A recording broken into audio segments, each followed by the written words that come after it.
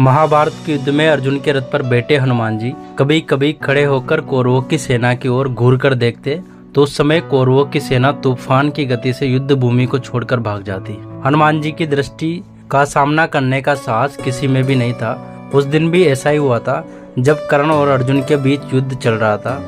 कर्ण अर्जुन पर अत्यंत भयंकर बाणों से वर्षा किए जा रहे। उसके बाणों की वर्षा से श्री कृष्ण को भी बाण लग रहे थे तथा उनके बाण से भी कृष्ण का कवच कटकर नीचे गिर पड़ा था और उनके सुकुमार अंग पर बाण लगने लगे थे। रथ की छत पर बैठे हनुमान जी ये सब देख रहे थे। श्री कृष्ण कवचहीन हो गए थे। उनके श्री अंग पर कर्ण निरंतर बाण मारते जा रहा। तब हनुमान जी से यह सहन नहीं हुआ।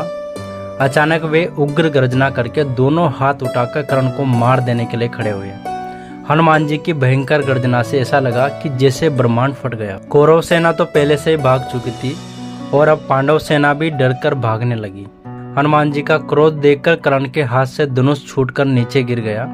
भगवान श्री कृष्ण ने तत्काल उठकर अपना दक्षिण हाथ उठाया और हनुमान जी को स्पर्श करके सावधान किया, रुको हनुमान, तुम्हारे क्रोध करने का यह समय नहीं है। श्री कृष्ण के स्पर्श से हनुमान जी रुक तो गए किंतु उनकी पूंछ खड़ी होकर आकाश में हिल, उनके दोनों हाथों की मुट्ठियां बंद थी और वे अपने दांत कटकटा रहे थे और आग्नेय नेत्रों से कर्ण को घूर रहे थे।